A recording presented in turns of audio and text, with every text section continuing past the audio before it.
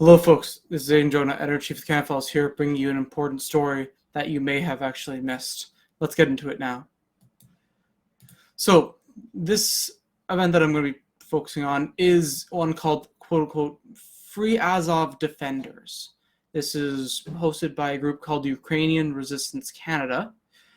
And one may ask initially what this is the focus there, right? But the key thing that's differentiating itself is normally support for Azov is part of, pro-Ukraine, anti-SMO, Russian Special Military Operation events. But what's unique here really is just the focus on Azov, in fact. So first of all, to get an understanding of, what some of the people behind Ukrainian Resistance Canada think of Azov, let's come in here. Alexandra Saknaska, right, pulled on down here. A quote from her from Seneca Journalism. I'll start with this quote here. There was a lot of propaganda about this Azov of being Nazi, but they're not. ... Have lots of friends from there. End quote. Now, the ridiculous, thing to this is that essentially this person is just outright saying that I have some friends here, and that's it. That's supposed to be good enough to challenge the fact that Azov is a neo-Nazi group at the end of the day. And to get into it a little bit more, if you're going to look on down here, it's a story by The Nation, right? I'll take you through it a bit. This Azov Battalion, it was formed out of the neo-Nazi gang, Patriot of Ukraine. Andrei Beletsky, Azov's founder and first commander, said that Ukraine's mission is to, quote, lead the white race of the world in a final crusade, ... against the Semite-led Untermenschen, end quote. Again, that is a quote from Beletsky. So you have, of course, later in 2014, after the Maidan coup, Azov gets incorporated into the Ukrainian National Guard. Now, Azov gets to work actively with the military. And as the World Socialist website says, it traces its heritage back to these far-right Ukrainian nationalist organizations like the Organization of Ukrainian Nationalists and Ukrainian Insurgency Army, which murdered tens of thousands of Jews, Poles, and some Ukrainians as well during World War II. So let's talk a little bit about the OUN quickly. The OUN was founded in 1929. It's fascist, it's openly anti-Semitic. They wanted to remove Jews and Russian-speaking citizens from Ukraine's society at any cost. They enthusiastically collaborated with Nazi Germany in the 1940s to exterminate Jews, Russians, and anyone who attempted to protect them.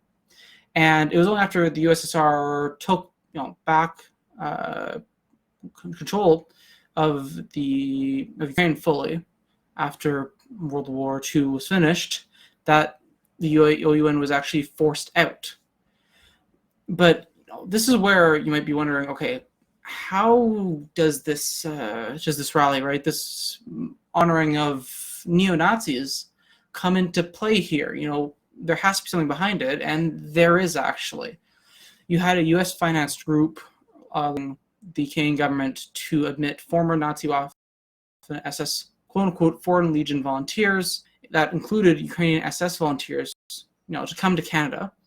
And you had the Canadian government admitting 2,000 Ukrainian members of the Nazi 14th SS Division in the 1950s. And, you had a burgeoning leftist Ukrainian diaspora before this, labor temples, and that was really systematically crushed starting around the beginnings of the 1940s. Of course, that's when you had the Canadian government seizing the property of left-wing Ukrainian groups, really hurting them severely.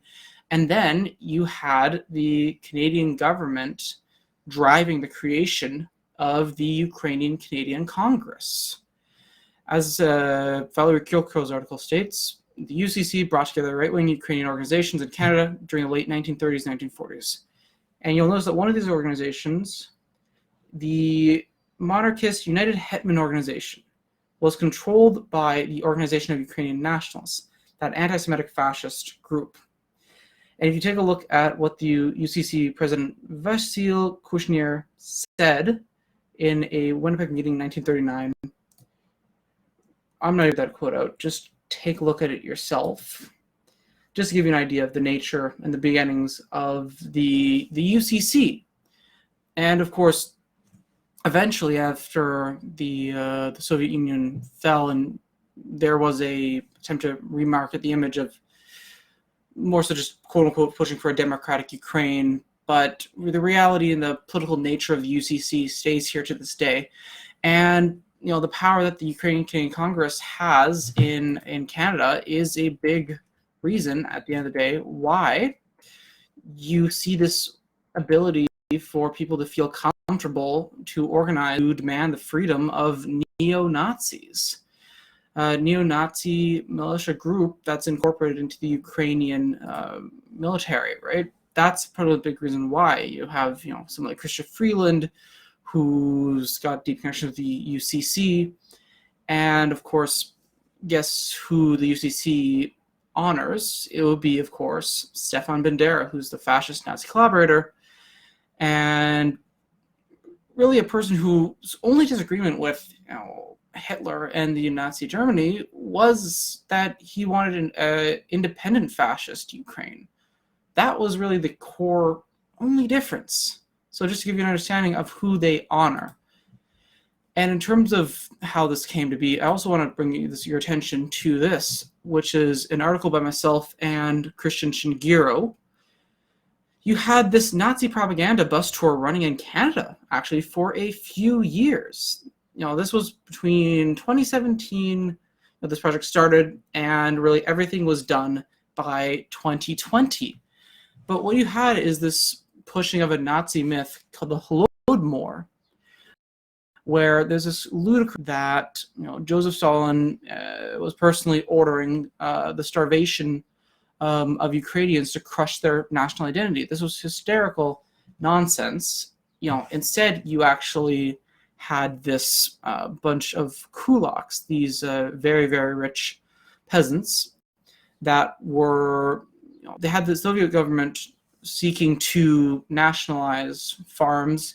They saw the invasion attempt by Nazi Germany coming, and Stalin saw the need to industrialize and to build up and centralize things in terms of the USSR at a very fast pace. And the kulaks tried to resist this. They burnt crops, they killed animals. And of course, you had a lot of factors against the favor of the USSR as well. You had sanctions against the West. You had environmental conditions that included grain rust and frozen topsoil.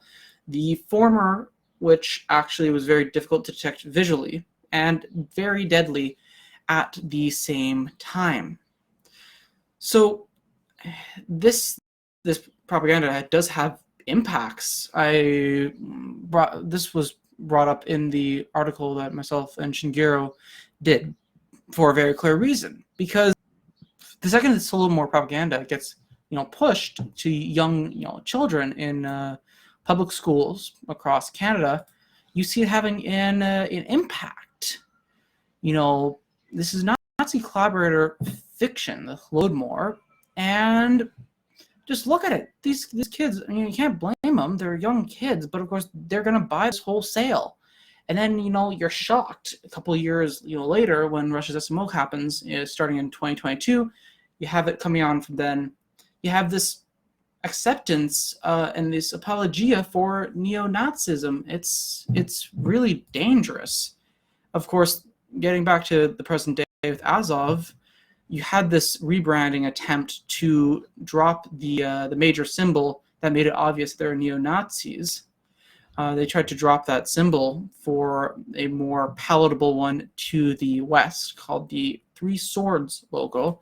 But it's just an as World Socialist website says pretty well, it's an obvious attempt to obfuscate its, Azov's, neo-Nazi ties, because the Russian government and people that refuse to demonize Russia's special military operation are pointing out there are a darn well lot of Nazis in Ukraine, a real lot of them.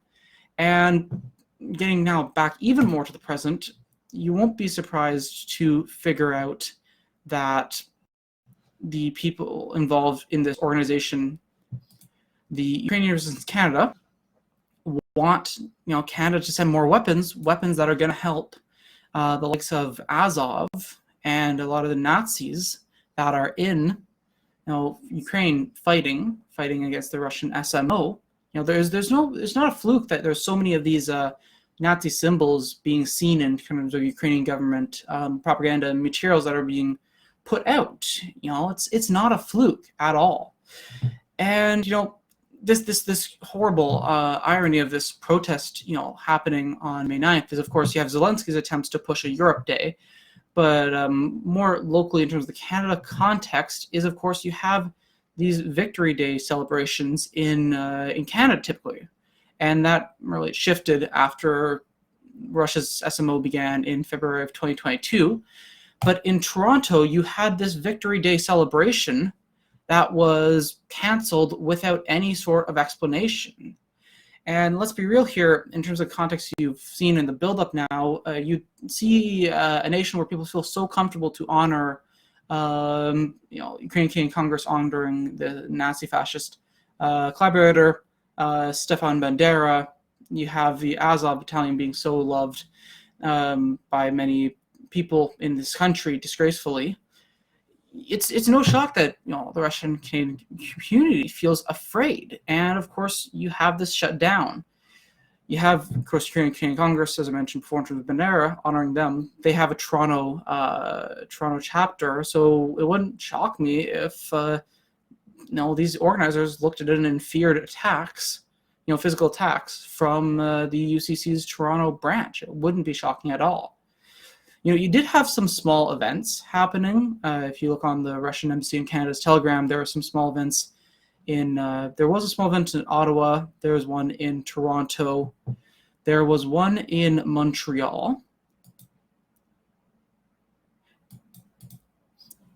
And then there was also one in Calgary. So these are smaller events, but they weren't full-scale rallies. And yet again, what a shocker in a country that, organizations, mainstream organizations that have influence over Canadian government policy honor Stefan Bandera, that organizations feel comfortable, honoring like neo-Nazis, Azov, these fascists.